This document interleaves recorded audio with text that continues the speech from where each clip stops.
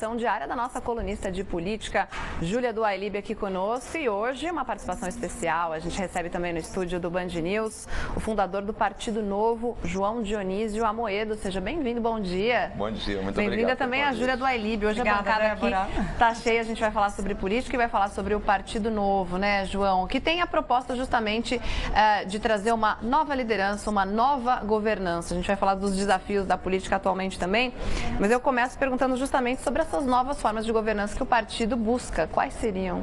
Na verdade, assim, a ideia do Novo foi juntar um grupo de pessoas que nunca tinham se envolvido na política para renovar a política, com a ideia de devolver poder ao cidadão. A gente entende que o Estado acabou sendo um Estado muito grande, intervencionista, paternalista, e as pessoas foram perdendo capacidade de empreender, de gerar riqueza.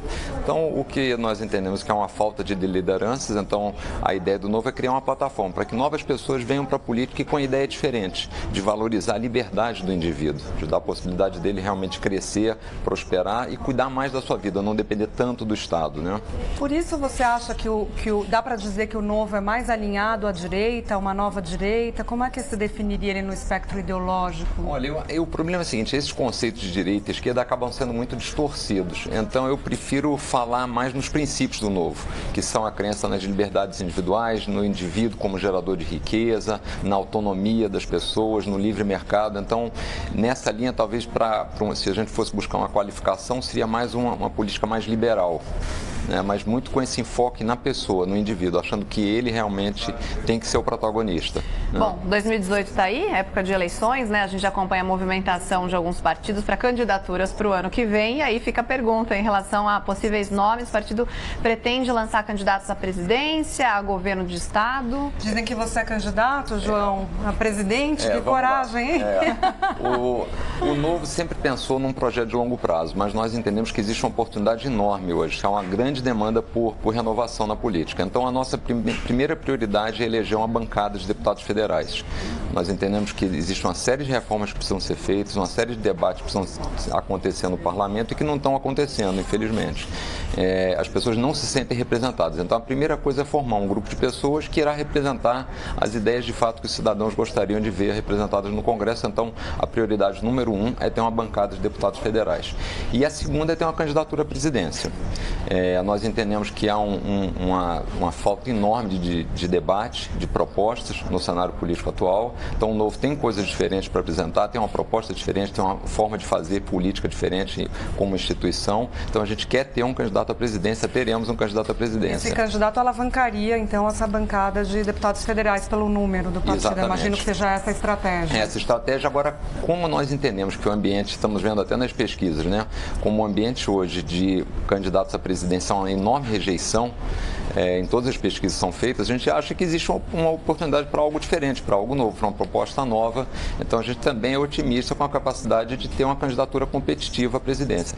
E só para finalizar, em relação aos governos, em alguns locais a gente pretende ter candidatos ao governo. Não vão ser muitos, até porque o Novo ainda está no processo de estruturação e a gente tem uma preocupação muito grande com a seleção das pessoas que a gente quer trazer para a política.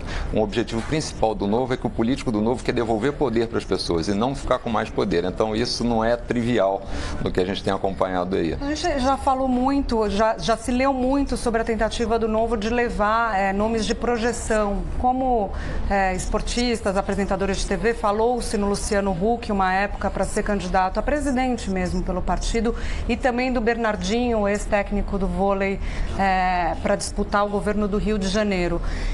Essa estratégia é um pouco antiga também, da gente alavancar, de os partidos alavancarem a votação com gente com projeção. Esses nomes ainda estão no jogo e o Novo pensou numa estratégia antiga em algum momento para se alavancar? Não, eu acho que é um bom ponto que você levantou, porque é realmente uma oportunidade da gente esclarecer isso, né?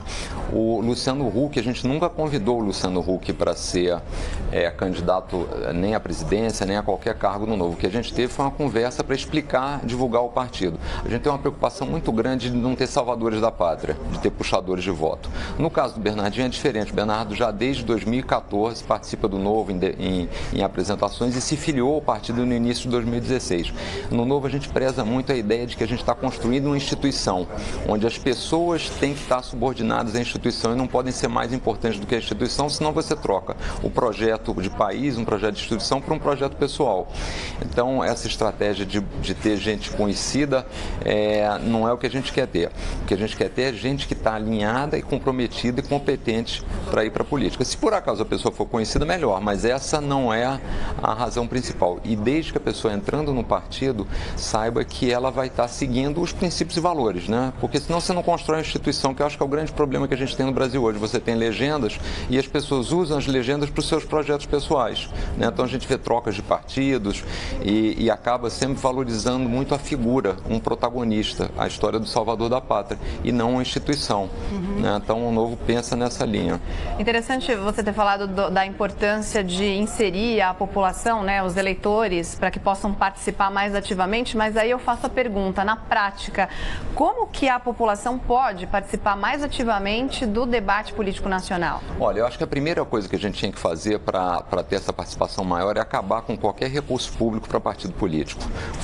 Fundo partidário, tempo de televisão, porque isso naturalmente obriga os partidos a irem atrás dos eleitores, dos filiados e a deles ter o seu suporte. Então, no caso do Novo, por exemplo, a gente não usa dinheiro público. Apesar de receber dinheiro público, a gente não usa. A gente é mantido única e exclusivamente pelo dinheiro dos filiados, que contribui lá com um pouco menos de R$30 por mês. Com isso, o que acontece? Você tem uma associação muito forte entre o partido e o filiado, porque ele se sente parte daquilo.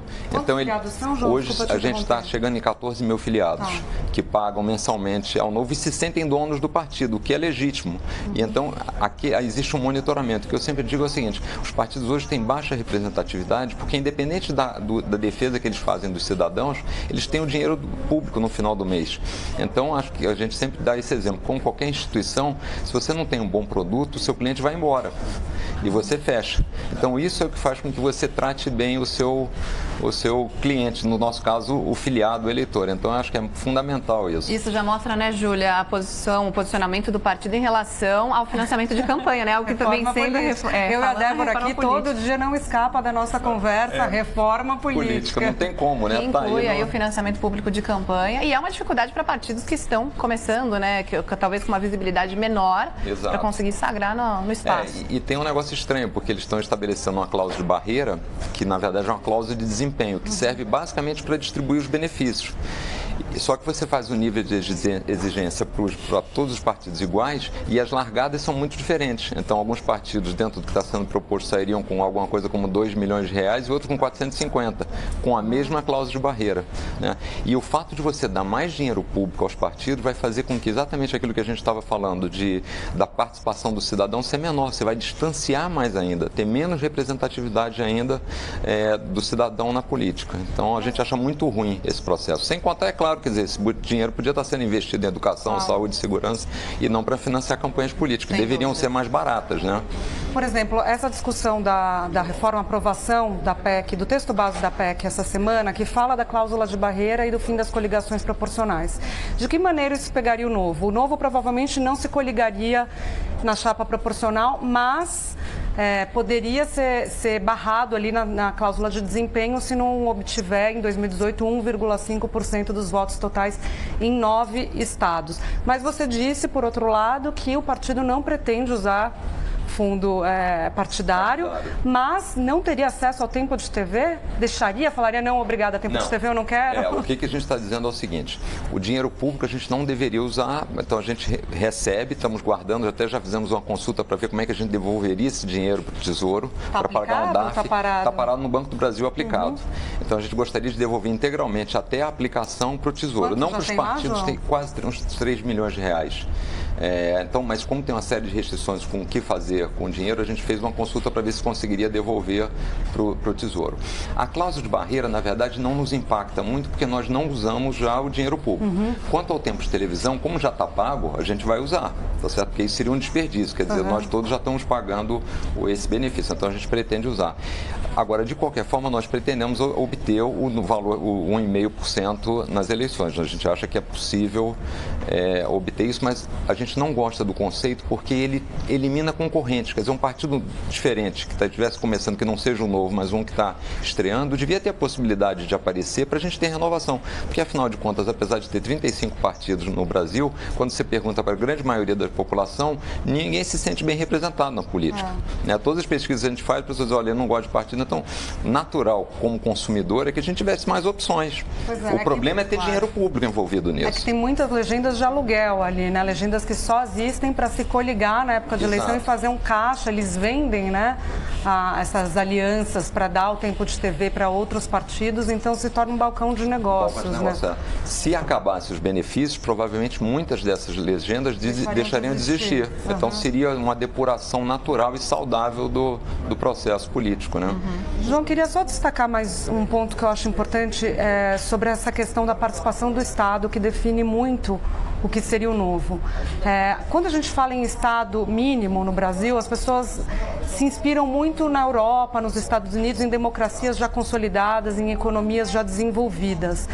Dá para falar em Estado mínimo num país como o Brasil, que ainda tem uma série de carências, em que você precisa do Estado ali incentivando até mesmo setores da economia? Não estou falando em criação de campeões nacionais, não, mas tendo algum tipo de incentivo. Qual o limite do Estado mínimo no Brasil? Olha, eu prefiro dizer assim, eu prefiro o cidadão máximo do que o Estado mínimo.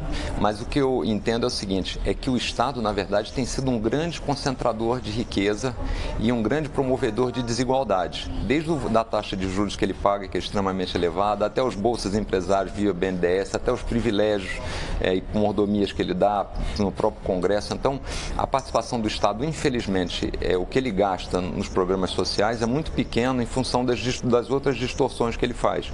Então, nós entendemos que tem que ter uma rede de proteção para os mais pobres, tem que ter um processo de tirar as pessoas da pobreza, mas se o Estado atuasse só nas áreas essenciais, deixasse de gerenciar postos de gasolina, envio de correspondência, extração de petróleo e banco e dar uma série de privilégios que ele dá hoje, a gente vê isso no BNDES, quer dizer, o volume de transferência do BNDES, a equalização, só a equalização de taxa dá 5, 6 bolsas famílias por ano. Então, a ideia é que esses recursos fossem mais bem aplicados nas questões sociais, nas questões de segurança, saúde. E aí a saída seriam as privatizações e concessões? Privatizações e concessões. No nosso entendimento, o Estado não tem que ter por que ser empresário, ele é um mau empresário. E eu gosto sempre de dar o exemplo do Bolsa Família. No Bolsa Família, o Estado não foi construir um supermercado, fazer uma licitação para pegar a construtora, um concurso público para contratar os caixas, ele simplesmente deu o dinheiro para as pessoas e elas foram na rede privada resolver o problema de alimentação. Né? Então, se essa tese funcionou bem, por que não estendê-la para outros serviços, eventualmente? Saúde e educação, por exemplo. Né? Então, é muito essa linha que o Novo defende. A gente acha que se o Estado for menor, as pessoas terão uma vida melhor, vão poder empreender mais, vão ter mais recursos no seu bolso. É muito essa a ideia principal do Novo. Queria saber um pouco a posição de vocês em relação a um assunto do dia importante, que é a segunda denúncia contra o presidente Michel Temer, que deve chegar no Congresso até o final da semana, agora que o STF entendeu que pode dar prosseguimento. O Novo não tem ainda deputado federal, mas se tivesse, qual que seria hoje a orientação do partido na votação em plenário? Autoriza o STF a avaliar se recebe ou não a denúncia ou não autoriza? Não, a nossa ideia é que ela fosse para avaliação em plenário. A gente estaria propondo a isso. Mas os deputados devem votar autorizando o STF a tornar o presidente réu? Eu acho que aí precisaria uma avaliação. Eu, particularmente, não li a avaliação do laudo da denúncia do Janot, mas gente que eu conversei, que já leu, que já estudou, disse que ela é fraca. Então a gente precisaria entrar realmente no mérito da questão e ver se faz sentido ou não, para não ser uma coisa muito superficial, uma decisão superficial. Então acho que a gente deveria, os deputados do Novo, se lá estivessem, iriam avaliar a qualidade, a profundidade para decidir. Tá certo. Muito bem, recebemos hoje aqui nossa colunista de política, Júlia do iLib, hoje com a participação, nosso entrevistado aqui no estúdio. Quero agradecer também, fundador do Partido Novo, João Dionísio Amoedo. Muito obrigada pela presença. Obrigado, foi um prazer. Obrigada, Júlia. Até a próxima. E você vai ver daqui a pouco mais notícias do Brasil e do mundo nesta quinta-feira. Agora são 10 horas e 33 minutos. A gente faz um rápido intervalo e volta já já.